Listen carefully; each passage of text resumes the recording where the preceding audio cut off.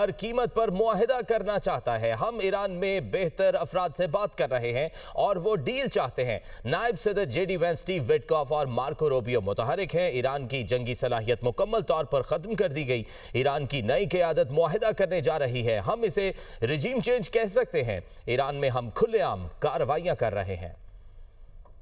پاکستان بامقصد مذاکرات کی میزبانی کے لیے تیار۔ وزیر اعظم کا امریکہ اور ایران کی قیادت کو پیغام۔ مشرق وسطیٰ میں جنگ کے خاتمے کے لیے مذاکرات کے جاری عمل کا خیر مقدم۔ مذاکرات کی میزبانی پاکستان کے لیے باعث فخر قرار۔ وزیر اعظم نے کہا، خطے اور دنیا بھر میں امن و استحکام کے لیے بامانی اور نتیجہ خیز مذاکرات ضروری ہیں۔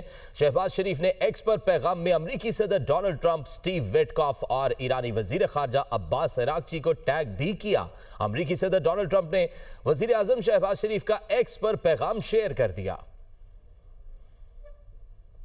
پاکستان خطے میں امن اور استحکام کے لیے کردار ادا کرنے کو تیار۔ پاکستان کی مشرق وسطیٰ میں امن کے لیے ثالثی کی پیشکش۔ امریکہ اور ایران کی رضامندی سے پاکستان مذاکرات کی میزبانی کے لیے تیار۔ امریکہ ایران مذاکرات میں ترکی اور مصر کا بھی اہم کردار۔ برطانوی اخبار دی گارڈین کے مطابق ایک پاکستانی عہدیدار نے کہا کہ امریکی نائب صدر جے ڈی وینس، اسٹیو وٹکاف اور جیریڈ کشنر کی اس ہفتے اسلام آباد میں ایرانی حکام سے ملاقات متوقع ہے۔ ترجمان وائٹ ہاؤس کیرولین کا اعلیٰ امریکی حکام کے ممکنہ دورے سے متعلق کہنا ہے کہ یہ حساس سفارتی مذاکرات ہیں۔ امریکہ میڈیا کے ذریعے مذاکرات نہیں کرے گا۔ صورتحال تیزی سے بدل رہی ہے۔ کسی بھی ملاقات کے بارے میں قیاس آرائیوں کو حتمی نہ سمجھا جائے جب تک وائٹ ہاؤس باضابطہ اعلان نہ کرے۔ ایران امریکہ مذاکرات کی میزبانی سے متعلق ترجمان دفتر خارجہ طاہر حسین اندرابی کا کہنا ہے کہ فریقین راضی ہوں تو مذاکرات کی میزبانی کے لیے تیار ہیں۔ برطانوی اخبار فائنینشل ٹائمز کے مطابق پاکستان خود کو ایران کے خلاف جنگ کے خاتمے کے لیے مرکزی ثالث کے طور پر پیش کر رہا ہے۔ سینئر پاکستانی حکام تہران، وٹکاف اور جیریڈ کشنر کے درمیان بیک چینلز رابطے کروا رہے ہیں۔ دوسری جانب امریکہ ایران مذاکرات میں پاکستان کے علاوہ ترکی اور مصر بھی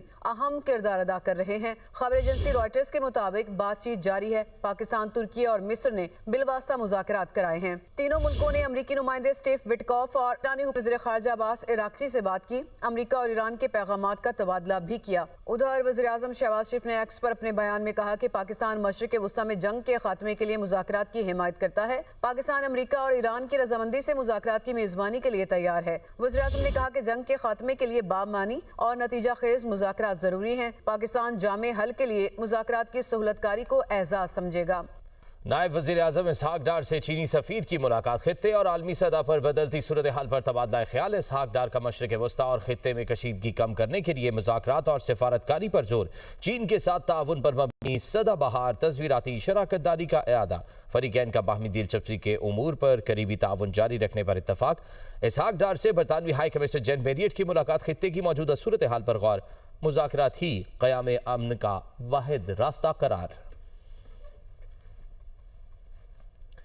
چین کی مشرق وسطیٰ کی صورتحال میں پاکستان کے مثبت کردار کی تعریف۔ چینی سفیر کا کہنا ہے کہ چین طاقت کی بجائے بات چیت کے ذریعے تنازعات کے حل کا حامی ہے۔ مشرق وسطیٰ میں پاکستان کا ثالثی کا کردار قابل ستائش ہے۔ خطے کی صورتحال میں چین یک طرفہ اقدامات اور طاقت کی سیاست کے خلاف ہے۔ چین بین الاقوامی قانون کو ملکی قانون کے تابع کرنے کی مخالفت کرتا ہے۔ غیر فوجی اہداف پر حملہ نہیں ہونا چاہیے۔ بحری راستوں کی سلامتی میں خلل نہیں پڑنا چاہیے۔ ایرانی صدر مسعود پزشکیان کا کہنا ہے کہ ہم دنیا کے کئی ممالک کے عوام کی بیداری کا مشاہدہ کر رہے ہیں۔ پاکستان، ترکی، عراق، لبنان، مصر اور عرب ممالک کے عوام بلند آواز میں امریکہ، اسرائیل اور ان کے جرائم سے نفرت کا اظہار کر رہے ہیں۔ دنیا کے آزاد لوگوں کے دل صہیونیوں کے ساتھ نہیں ہیں۔ خطے میں استحکام صرف باہمی تعاون اور اقوام کی خواہشات کے احترام کے ذریعے ہی ممکن ہے۔ توانائی تنصیبات پر حملہ نہ کرنے سے متعلق ڈونلڈ ٹرمپ کا بیان نظر انداز۔ ایرانی خبر ایجنسی کے مطابق امریکہ اور اسرائیل نے اصفہان میں ممکنہ گیس کی انتظامی عمارت اور گیس پریشر ریگولیشن سٹیشن کو نشانہ بنایا۔ جنوب مغربی ایران میں خرم شہر پاور پلانٹ کی گیس پائپ لائن پر بھی حملہ۔ امریکہ اور اسرائیل کے ایران پر حملوں میں 18 افراد شہید۔ خمین میں متعدد اہداف پر بمباری۔ بشہر کے نیول ایئر بیس پر بھی حملہ۔ تہران، قم، شیراز، تبریز سمیت متعدد شہروں میں بمباری۔ ایرانی ایمرجنسی سروس کے مطابق جنگ کے آغاز سے اب تک 215 شہروں کو نشانہ بنایا گیا۔